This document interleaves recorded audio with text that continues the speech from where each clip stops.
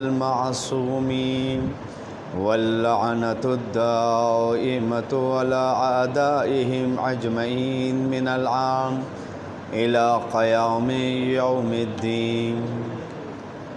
قال النبي صلى الله عليه وآله وسلم: إن لقتل الحسين حرارة في قلوب المؤمنين لا تبرد أبدا. رب اشرح لي صدري ويسر لي أمري واحلل عقدة من لساني يفقهوا قولي. بسم الله الرحمن الرحيم. اللهم كن لوليك الحجة ابن الحسن صلواتك عليه وعلى آبائه في هذه الساعة وفي كل ساعة وليا وحافظا وقائدا وناصرا ودليلا وعينا حتى تسكنه أرضك طوعا وتمتعه فيها طويلا.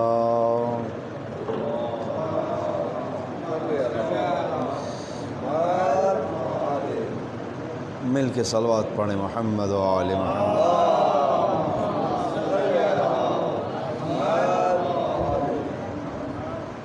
نبی مکرم حضرت محمد مصطفیٰ صلی اللہ علیہ وآلہ وسلم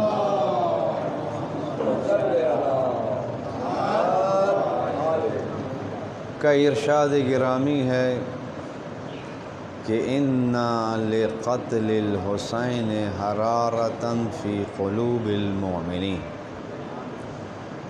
یقیناً بتحقیق امام حسین علیہ الصلاۃ والسلام کی شہادت سے مومنین کے قلوب میں ایک حرارت، ایک گرمی ایسی پیدا ہوگی کہ لا تبرد ابدا، جو کبھی ٹھنڈی نہیں ہوگی. یہ حرارت انسان کے اندر ہر ایک شخص میں پیدا نہیں ہوگی، بلکہ جو مومن ہوگا اس کے قلب میں پیدا ہوگا. اور مومن مظلوم کا ساتھی ہوتا ہے، ظالم کا مخالف ہوتا ہے. یہ گرمی انسان کو حیات واقعی دے گی، ایک ایسی زندگی دے گی جو انسان کو سرخرو کرے گی. ایک ایسی زندگی دے گی یہ حرارت جو انسان کو عزت و شرف و کرامت عطا کرے گی. عزیزان ذوی الاحترام، کربلا نے انسان کو دین پر مرنا سکھایا ہے کہ دین کتنا اہم ہے. اور پھر بعد از شہادت مظلوم کربلا اور شہدائے کربلا مومنین کے قلوب میں یہ گرمی پیدا ہوئی، جس کے نتیجے میں مختلف تحریکیں، مختلف نہضتیں وجود میں آئیں. یہ نہضتیں، یہ تحریکیں وجود میں جو آئیں، ان کے وجود میں آنے کا مقصد کیا تھا؟ انتقام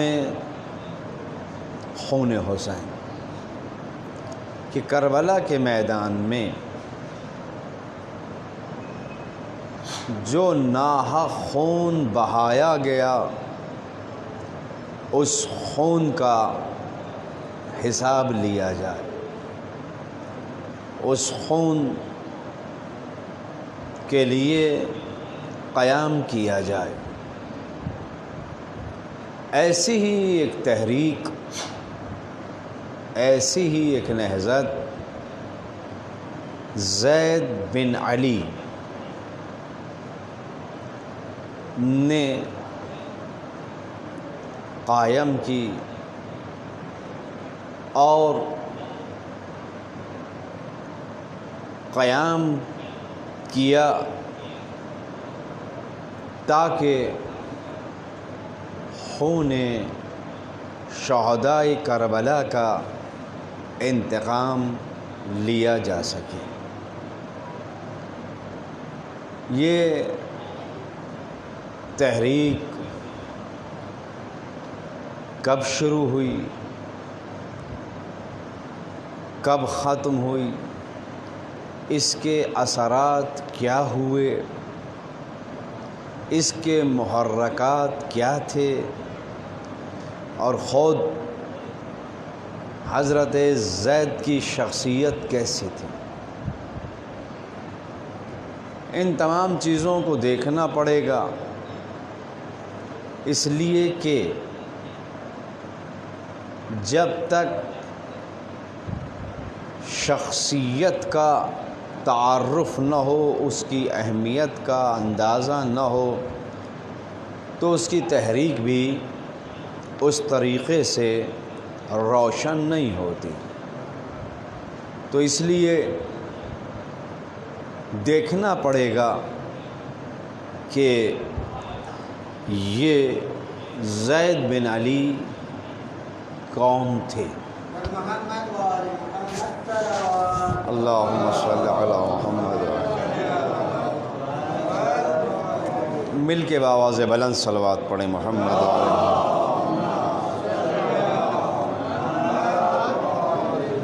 عزیزان گرامی،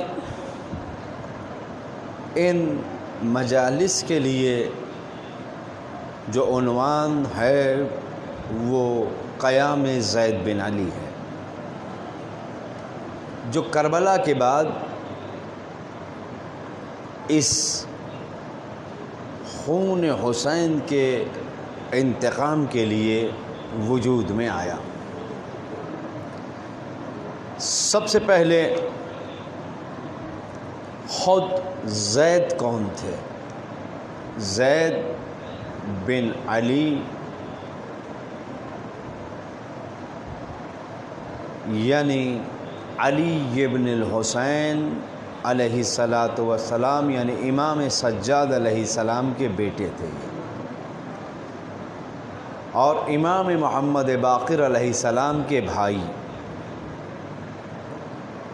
اور ان کی شخصیت کا اندازہ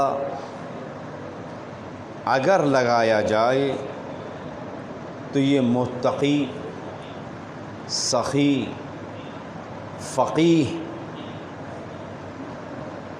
یہ ان منازل کے اوپر فائز تھے۔ آپ کی والدہ کا نام حورہ بیان کیا کتب نے، اور اپنے وقت کے یہ ایسے عابد تھے کہ لوگ ان کی عبادت کو دیکھ کے یہ کہتے تھے کہ کہیں یہ اپنی عبادت کی وجہ سے اپنی جان نہ گوا دیں، اتنی عبادت کرنے والے یہ انسان تھے۔ انہو کان من علماء آل محمد، امام رضا علیہ السلام کا ارشاد ہے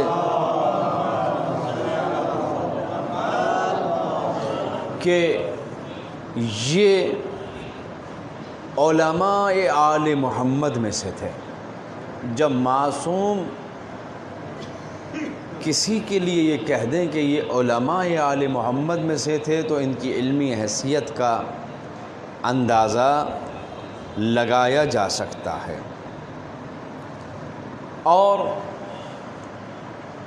ابو حمزہ صومالی مشہور و معروف صحابی ہیں، اور یہ وہ ہیں کہ جن کی دعائے ابو حمزہ صومالی ماہ مبارک رمضان میں آپ پڑھتے ہیں۔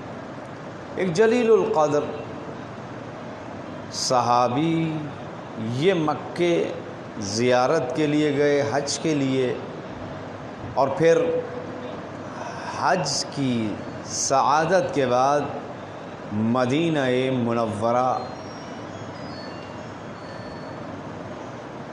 امام زین العابدین علیہ الصلاۃ والسلام کی خدمت میں پہنچتے ہیں شرف زیارت کے لیے۔ تو یہ اتنے معتبر ہے کہ امام ان سے اپنا خواب بیان کرتے ہیں کہ اے ابو حمزہ، میں نے خواب دیکھا ہے کہ جنت ہے، حوریں ہیں، اور مجھے یہ آواز دی جا رہی ہے کہ آپ کو زید مبارک ہو، زید مبارک ہو، زید مبارک۔ اپنا خواب ابو حمزہ صومالی کو بیان کیا۔ ابو حمزہ جب سال آئندہ مکے آتے ہیں حج کے لیے، اور پھر امام کی خدمت میں مدینے آتے ہیں، تو ابو حمزہ یہ کہتے ہیں میں نے امام کی آغوش میں ایک بچہ دیکھا، اور یہ بچہ زید ابن علی تھا۔ اب آپ دیکھیے کہ امام اپنے خواب کو بیان کر رہے ہیں، اور پھر امام کی آغوش میں یہ بچہ ہے، اور نبی اکرم حضرت محمد مصطفیٰ صلی اللہ علیہ وآلہ وسلم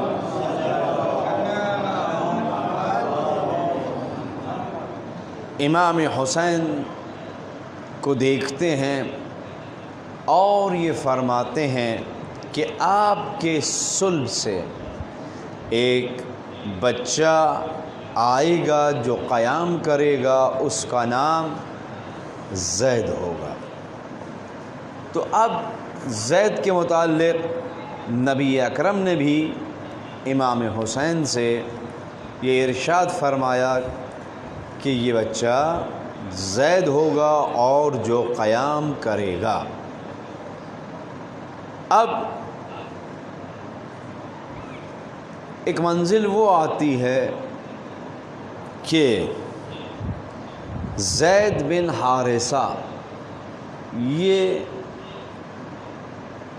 صحابی ہیں، نبی اکرم یہ ارشاد فرماتے ہیں اے زید، تم جانتے ہو کہ میں تم سے اتنی محبت کیوں کرتا ہوں؟ زید بن حارثہ کہتے ہیں کہ نہیں یا رسول اللہ، مجھے نہیں معلوم۔ تو آپ ارشاد فرماتے ہیں کہ میں اس لیے تم سے زیادہ محبت کرتا ہوں کہ تمہارا نام زین العابدین کے بیٹے زید کے اوپر ہے، اس لیے میں تم سے زیادہ محبت کرتا ہوں۔ اب رسول اکرم نے بھی اس چیز کو بیان کیا کہ یہ بچہ جو آئے گا، میں کتنی محبت اس بچے سے کروں گا۔ اب ایک ہلکا سا تعارف شخصیت کا ہو گیا، اور پھر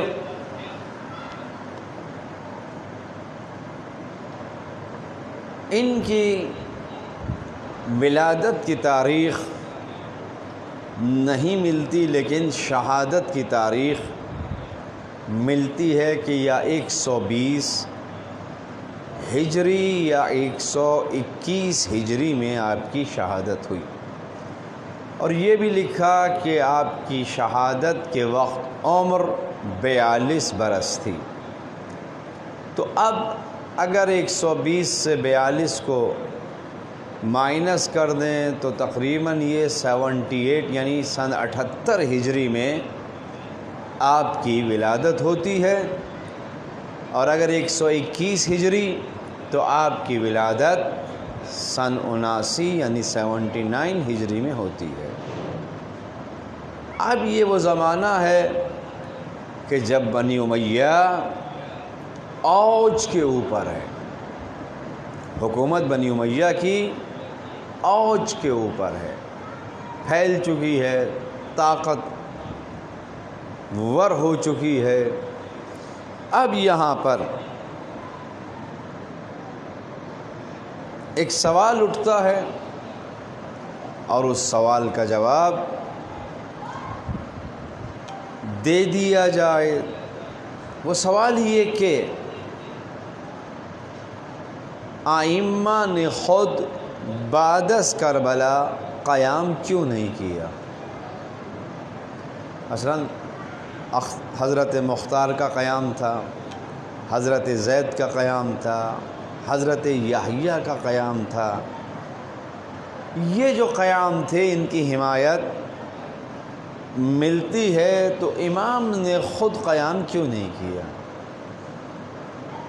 دیکھیں، حالات کو اگر ہم ملاحظہ کریں تو امام معصوم پر حکومت کی نظریں تھیں، اور امام معصوم کی ایک ایک خبر حکومت وقت کو پہنچائی جا رہی تھی، اور لوگوں کا ملنا امام کے لیے آسان نہ تھا۔ لوگوں کی آمد و رفت امام کے لیے بہت محدود تھی۔ حد تو یہ ہوئی کہ امام کو احکامات شرعیہ یعنی دینی احکامات بتانا بھی بہت مشکل تھا۔ لوگ آئیں گے تو دینی احکامات پہنچائے جائیں گے، تو ایسے میں امام کیسے قیام کرتے؟ قیام افراد کی وجہ سے ہوتا ہے، طاقت چاہیے، لشکر چاہیے، اور امام کے لیے کوئی لشکر مہیا نہیں تھا، اور ایک ایک عمل کے اوپر امام کے نگاہ تھی حکومت وقت کی۔ تو اس لیے امام کے لیے حالات سازگار نہیں تھے، اس لیے ائمہ نے قیام نہیں کیا۔ ہاں، جو قیام ہوئے ان کی حمایت کی، چاہے مخفیانہ یعنی علناً نہیں کی، اور چاہے علناً قیام کی حمایت کی ہو۔ اگر علناً قیام کی حمایت نظر نہیں آتی تو اس کی وجہ بھی یہی ہے کہ اگر علناً قیام کی حمایت کریں تو پھر قیام کے لیے مشکلات ہو جائیں گی۔ تو یہ بات بھی سامنے آتی ہے، تو اس لیے امام نے قیام نہیں کیا۔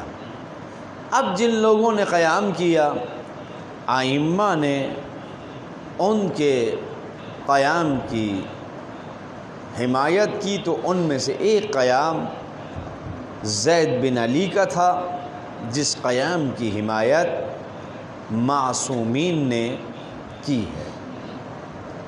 اب یہ شخصی طور پر عالم بھی تھے، فقیہ بھی تھے۔ ایک منزل یہ آتی ہے کہ امام محمد باقر علیہ الصلاۃ والسلام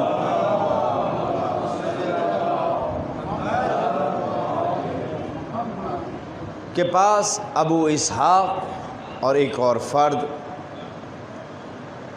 کچھ ان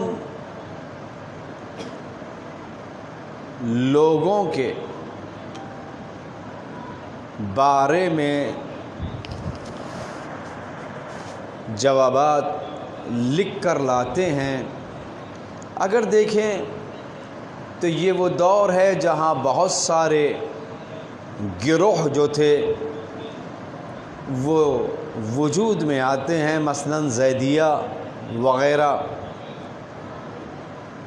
پھر ان گروہ کے جوابات اور اشکالات ان کی طرف سے جو تھے ان کے جوابات لکھ کر یہ آتے ہیں امام محمد باقر علیہ السلام کی خدمت میں، اور کہتے ہیں مولا ہم نے ان لوگوں کے جو سوالات و اشکالات و خدشات ہیں ان کے جوابات لکھے ہیں، آپ اس پر نظر کریے، جہاں اصلاح ضروری ہے وہاں اصلاح کیجیے۔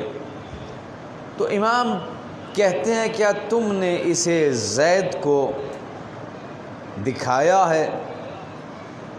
کہا مولا نہیں، ہم نے زید بن علی کو یہ نہیں دکھایا۔ تو امام کہتے ہیں جاؤ یہ کتابچہ یہ جو لکھ کر لائے ہو یہ جا کے زید کو دکھاؤ۔ یہ آتے ہیں حضرت زید کے سامنے، اس کو پڑھتے ہیں، سناتے ہیں، تو حضرت زید اس کے اندر اضافہ کرتے ہیں، استدلال کو قوی کرتے ہیں، وہ تمام چیزیں انہوں نے وہاں انجام دیں، اور پھر یہ تصحیح شدہ لے کے آتے ہیں امام باقر علیہ السلام کی خدمت میں۔ امام پوچھتے ہیں کہ تم نے دکھا دیا؟ کہا جی مولا دکھایا ہے، اور یہ اصلاحات جو ہیں حضرت زید نے کی ہے۔ اب امام فرماتے ہیں کہ دیکھو امام زین العابدین علیہ السلام کے سامنے یہ حضرت زید علیہ السلام قرآن مجید کی تلاوت کر رہے تھے، تو امام نے قرآن کے متعلق سوالات کیے، تو زید نے قانے کنندہ جوابات دیے، تو امام نے زید کی پیشانی کو چوما۔ اب یہ ان کے علمی معیار کی ایک اور دلیل ہے کہ امام معصوم ارجاع دیتے ہیں کس کی طرف؟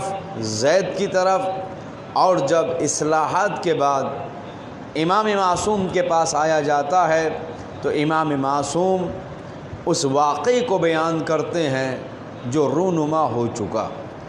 آپ کے القابات میں سے ایک لقب حلیف القرآن بھی ہے، اور آپ اتنے سخی تھے کہ راتوں کو درہم و دینار لے کر تقسیم کیا کرتے تھے لوگوں کے درمیان۔ عالم بھی، عابد بھی، سخی بھی، اور شجاع بھی، بہترین شجاعت کے مالک تھے حضرت زید۔ یہی وجہ تھی کہ انہوں نے خون شہداء کربلا کے انتقام کے لیے قیام کو نظر میں رکھا اور قیام کیا۔ جب اس شخصیت کا اندازہ ہو گیا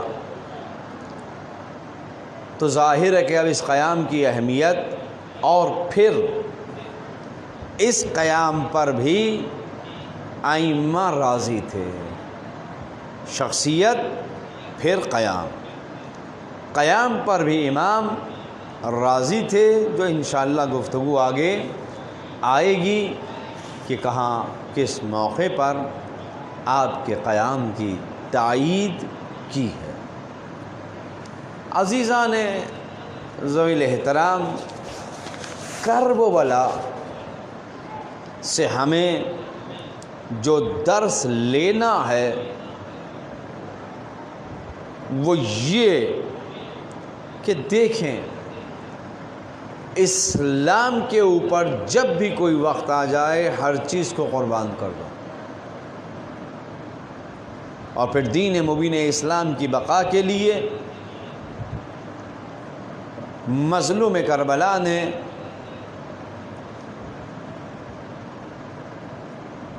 بیعت نہیں کی اور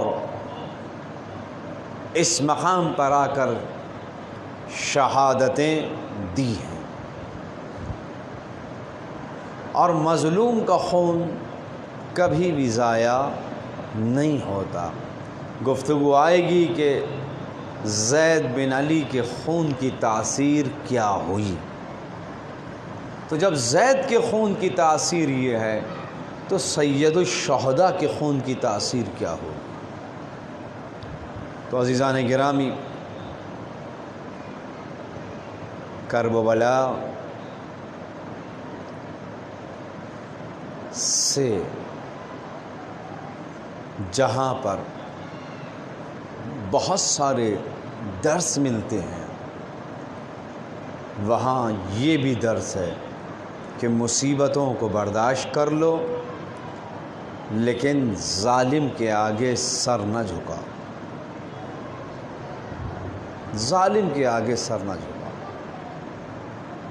اور یہی حسین ابن علی نے میدان کربلا میں اپنے اصحاب کے ساتھ کر کے دکھایا۔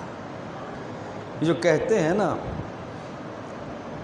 کہ سلام ہو ہمارا کس پر؟ اصحاب حسین پر۔ یہ اصحاب حسین کوئی معمولی اصحاب تھے؟ نہیں، خود امام حسین کا یہ فرمان کہ جیسے اصحاب مجھے ملے ایسے اصحاب نہ نانا کو ملے، نہ بابا کو ملے، نہ بھائی کو ملے۔ جو خصوصیت امام کے اصحاب میں تھی، دیکھیں جب تک اصحاب حسین زندہ رہے امام حسین نے جنگ نہیں کی، جانے نہیں دیا امام حسین کو جنگ کے لیے۔ کہا مولا ہم زندہ ہیں، لیکن رسول کے اصحاب نے رسول کو لڑتے دیکھا، علی کے اصحاب نے علی کو جنگوں میں لڑتے دیکھا، امام حسن کے اصحاب نے امام حسن کو لڑتے دیکھا، لیکن اصحاب امام نے اجازت نہیں دی کہ ہمارے ہوتے ہوئے آپ پر کوئی ضرب وارد ہو۔ یہ اور اس کے بعد دیکھیں، اگر اصحاب حسین کی شہادتوں کو ایک طرف رکھ دیا جائے تو امام حسین کی شہادت عصر عاشور سے پہلے ہو جاتی، ہوتی یا نہیں؟ اب ان اصحاب نے اپنی جانیں دے کر امام وقت کی زندگی کو آگے بڑھایا ہے، تو جو اصحاب امام معصوم کی زندگی کو آگے بڑھا دیں تو ان کا کیا مقام ہوگا؟ انہی میں سے ایک صحابی کون؟ حر ابن یزید رحائی۔ شب عاشور امام کی خدمت میں آتے ہیں، شب عاشور یہ دیکھ رہے ہیں کہ ایک طرف امام حسین علیہ الصلاۃ والسلام اور ان کی فوج، دوسری طرف یزید، اور کوئی صورت نظر نہیں آتی کہ جنگ رک جائے۔ تو صبح عاشور حر اپنے بیٹے، اپنے بھائی اور غلام کے ہمراہ امام حسین کی خدمت میں آتے ہیں اور کہتے ہیں کہ مولا میں خطا کار ہوں، کیا میری معافی ہو سکتی ہے؟ میں ہی آپ کو اس میدان کربلا تک لانے کا سبب بنا۔ تو امام نے کہا انت حر فی الدنیا والآخرہ، تم دنیا میں بھی آزاد ہو، آخرت میں بھی آزاد ہو۔ اب حر کہتے ہیں مولا میں چاہتا ہوں کہ میرا بیٹا آپ کے اوپر فدا ہونے کے لیے جائے۔ اجازت ملتی ہے، حر کا بیٹا جنگ کے لیے جاتا ہے اور لڑتے لڑتے جب زخمی ہو چکا تو بابا کو اس نے آواز دی۔ حر کھڑے ہوئے میدان کی طرف جانا چاہتے ہیں۔ مولا نے پوچھا کہاں کا ارادہ ہے؟ کہا بیٹے نے پکارا ہے، اس کی مدد کے لیے جا رہا ہوں۔ امام نے کہا حر تم بیٹھو، جوان بیٹا ہے، تم ضعیف ہو، میں تمہارے بیٹے کے سرہانے جاؤں گا، میں کہوں گا مولا یہ تو حر اور حر کا بیٹا ہے، لیکن جب اکبر زمین پر آئیں گے اور آپ کو پکاریں گے تو مولا آپ اس وقت اپنے بیٹے کے سرہانے پہنچیں گے اور آپ کے ہاتھوں میں آپ کا علی اکبر جام دے دے گا۔ وَسَيَعْلَمُ الَّذِينَ ظَلَمُوا أَيَّ مُنقَلَبٍ يَنقَلِبُونَ إِنَّ لِلَّهِ وَإِنَّا إِلَيْهِ رَاجِعُونَ۔